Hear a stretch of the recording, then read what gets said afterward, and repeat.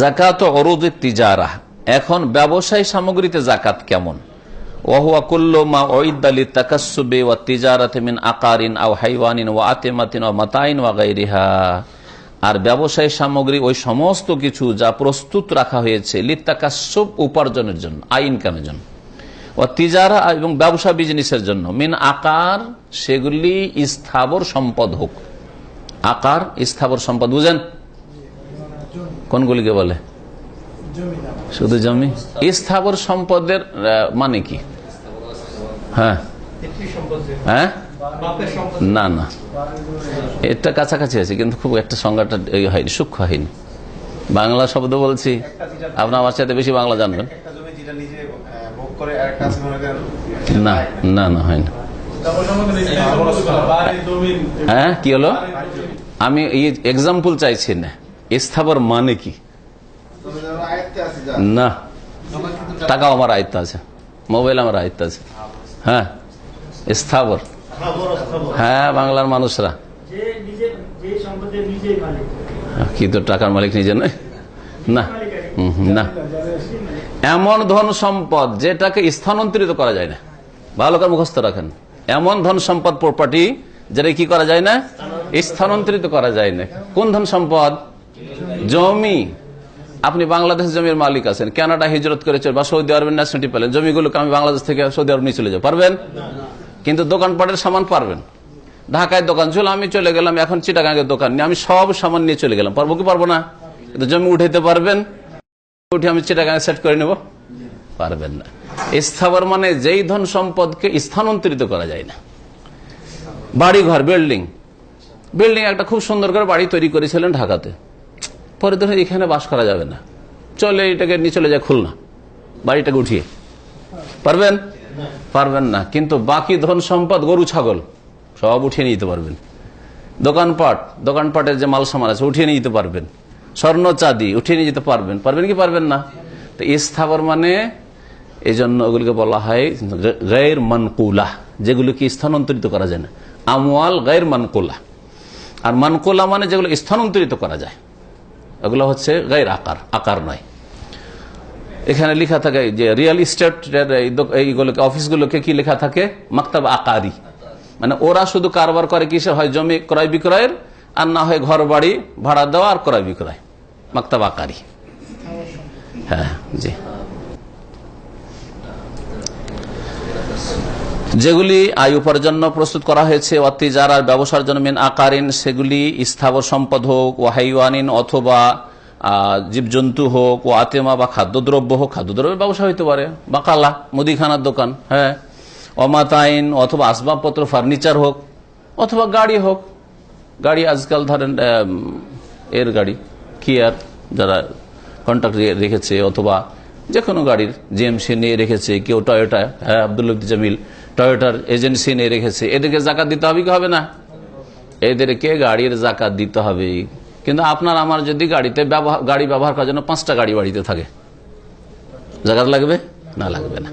ওদের ব্যবসায় সামগ্রী, রেন্টে কার, ভাড়া দেওয়ার জন্য এক লেমোজিন কোম্পানি, ভালো করে বুঝে নেন, লেমোজিন কোম্পানিতে 100টা গাড়ি চালাচ্ছে ড্রাইভারকে দিয়ে, ভাড়া, ওর থেকে ভাড়া ইনকাম করছে। এই এক রকমের গাড়ি কোম্পানি যারা ভাড়া পাইছে। আর আরেক হচ্ছে যারা এজেন্সি অথবা নিজে সরাসরি গাড়ি তৈরি করছে। জি হ্যাঁ, দুটোতে পার্থক্য বলেন, মাসলায় পার্থক্য আছে? কি পার্থক্য আছে? গাড়ি জাকাত দিতে হবে। গাড়ি থেকে যে ভাড়াটা আসছে, যেমন বিল্ডিং যদি ভাড়া দেন, ওই রকম গাড়ি থেকে যে ভাড়াটা হয়ে আসছে, সেই ভাড়াটা জমা হবে। জমা হওয়ার পরে অন্যান্য মালিকের যে টাকা পয়সা আছে সেগুলি টাকার সাথে মিলিয়ে বছরে একবার জাকাত দিতে হবে। তাহলে ওই গাড়িগুলি 100টা গাড়ি থাকলে ওতে জাকাত লাগবে না, ওই গাড়ির মূল্যগুলিতে জাকাত লাগবে না। গাড়ি থেকে যে উপার্জিত ভাড়া হয়ে আসছে, উপার্জিত, সেগুলিতে জাকাত লাগবে। পক্ষান্তরে টয়োটা কোম্পানি এখানে আছে, হ্যাঁ, অথবা অন্যান্য জিএমসি কোম্পানি আছে, হ্যাঁ, কি আছে, হোন্ডা আছে, এগুলোতে এজেন্সি, এদের কি কত লক্ষ রিয়াল ইনভেস্ট করেছে এই গাড়িগুলিতে, তার শোরুমে যতটার মালিক হয়ে আছে সে, হ্যাঁ, এগুলিতে কি করতে হবে? বছরে একবার জাকাত দিতে হবে। যেমন আপনার মোবাইলের দোকানে জাকাত দিতে হবে, যেমন মুদিখানার দোকানে জাকাত দিতে হবে, এইরকম ওকে জাকাত দিতে হবে। জি। আর যদি ব্যবহৃত গাড়ি, একটা লোকের বাড়িতে যদি 10টা গাড়ি থাকে আর প্রত্যেক ছেলে একটা করে ব্যবহার করছে, সব ব্যবহার করছে, তাহলে ব্যবহৃত গাড়িতে যাকাত নেই, যাকাত নেই। হ্যাঁ, কোনো অসুবিধা নেই। আল্লাহকে দিয়েছে 10টা 10 কাজে ব্যবহার করছে, কখন এটা নিয়ে বেরোছে, কখন ওইটা নিয়ে বেরোছে, কখন ওইটা নিয়ে বেরোছে, জাকাত নেই। 3 রকম বললাম, মিলেন কোনটাতে পড়ছেন আপনি? যে কোনো ব্যবসায়, এক কথায় ব্যবসায়ী সামগ্রীতে ফাতুকাওয়ামা প্রত্যেক বছর সেটার মূল্য ধরতে হবে, মূল্য লাগাইতে হবে। আমার দোকানে কত টাকা মাল আছে, বেমা তোসাউই ইন্দা রাসিল হাউল, বছর পুরা হওয়ার সময় কতটা পরিমাণ হচ্ছে, ওয়ুখরাজ রুবু উশর কিমাতুহা, আর তারপরে 40 ভাগের 1 ভাগ বের করতে হবে। যেমন স্বর্ণ চাঁদি তার কাগজের টাকায়, ওই রকমই দোকানপাট থেকে যদি দেখা যায় যে 40,000 টাকার মাল আছে, তাহলে 1,000 টাকা হইল। 1 লাখ টাকার মাল সামান আমার দোকানে এখন আছে, তাহলে 2,500 টাকা লাগলো। সওয়ান কানাত কিমাতুহা ইনদা রাসিল হাউল আকসার মিন সামানিহা আল্লাযী ইশতারাহু বিহা আও আকাল, তাহলে বছর শেষ হওয়ার সময় কতটা মূল্যের সম্পদ আছে এটা দেখতে হবে। তারপরে বলছেন যে সওয়ান কানা কিমাতুহা ইনদা রাসিল হাউল, যখন বছর পুরা হচ্ছে সেই সময় তার মূল্যটা বেশি হোক তার আসল মূল্য থেকে, যা দিয়ে কিনেছিল, আও আকাল, অথবা কম হোক। একটু আগে যেমন উদাহরণ দিলাম, যখন প্রথম ব্যবসা শুরু করেন তখন 25,000 রিয়াল দিয়ে শুরু করেছিলেন, এটা হল আসল পুঁজি আপনার। কিন্তু ওতে বাড়তে বাড়তে ওই যা লাভ করেছেন অতি ঢুকিয়েছেন, আর ভালো লাভবান হয়েছেন, বছরের শেষে 5 লক্ষ, তাহলে কত টাকার জাকাত দিতে হবে?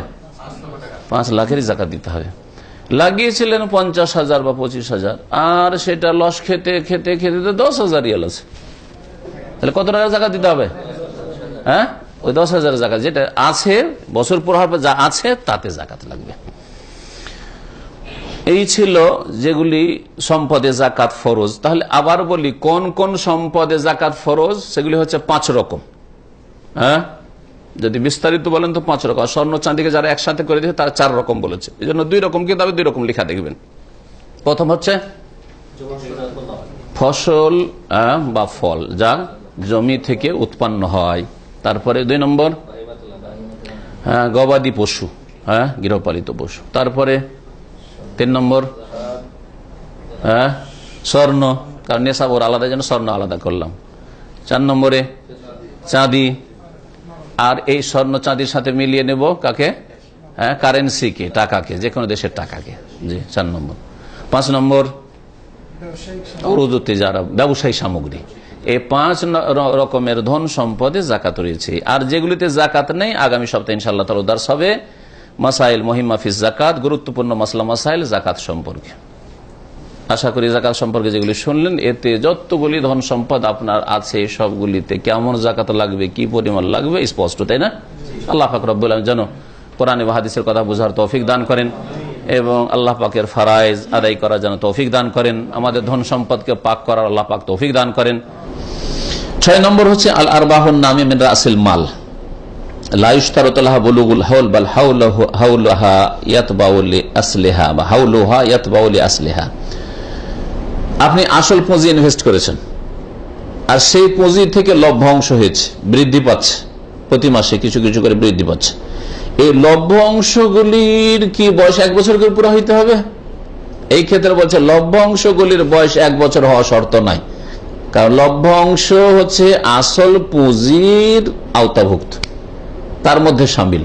শুধু আসল পুঁজি যেটা, সেটা 1 বছর হলেই বাকি সবটার জাকাত দিতে হবে। এই মাসলার ভিত্তিতেই আমি এর আগেও বলেছি যে আপনার একটা দোকান আছে, মুদিখানার দোকান উদাহরণস্বরূপ, সেই দোকানে আপনি আসল পুঁজি লাগিয়েছেন 25,000 রিয়াল, ঠিক আছে?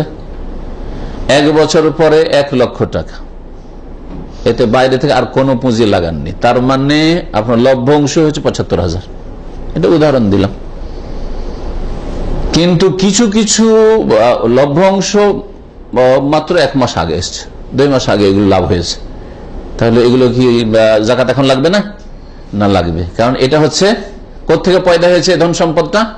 ওই 25,000 থেকে, আসল পুঁজি থেকে পয়দা হয়েছে। সেই জন্য তারই তাবে, তারই অন্তর্ভুক্ত। বলছে আল আরবাহুন নামিয়া মিন রাসিল মাল, মূল পুঁজি থেকে লভ্যাংশ যা বৃদ্ধি পায় তার জন্য লায়ুশতারাতুলাহা বুলুগুল হাউল, বছর পুরা হওয়া শর্ত নেই।